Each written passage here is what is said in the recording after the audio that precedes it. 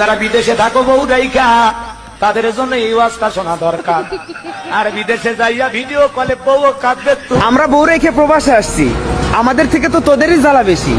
শালা বউ রেখে প্রবাসে আসবে না তো কি, তোর মতো বউ অন্যের খাটে দিয়ে ব্যবসা করে খাবে? আমাদের না, ঠিক আছে, এটা একটা হুজুরের ওয়াজ ছিল।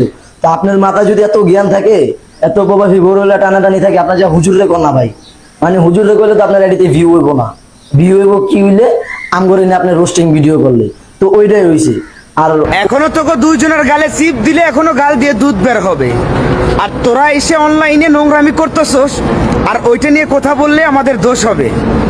তুই ওটা ঠিক আছে, ওইটা একটা হুজুরের ভয়েস, তো তুই ওই ভয়েসে ভিডিও করলি কেন? এই পৃথিবীতে এত ভয়েস রেখে যেখানে প্রবাসীদের উপরে ইঙ্গিত আসে।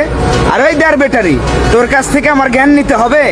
দেড় ব্যাটারি বউ নিয়ে ব্যবসা করে খাইতেছস, এতটুকু একটা বয়সে তুই কিসের জন্য বিয়ে করছস?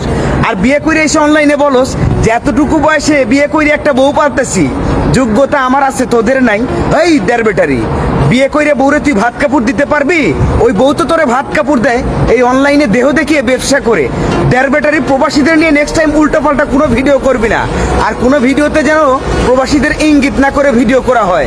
তাহলে যেটা বলছি না, এরপর কিন্তু অনেক ভয়ঙ্কর ভাবে বলা হবে। আর শুধু বলবোই না, তোর উপরে কঠোর পদক্ষেপ নেওয়া হবে, শালা দেড় ব্যাটারি।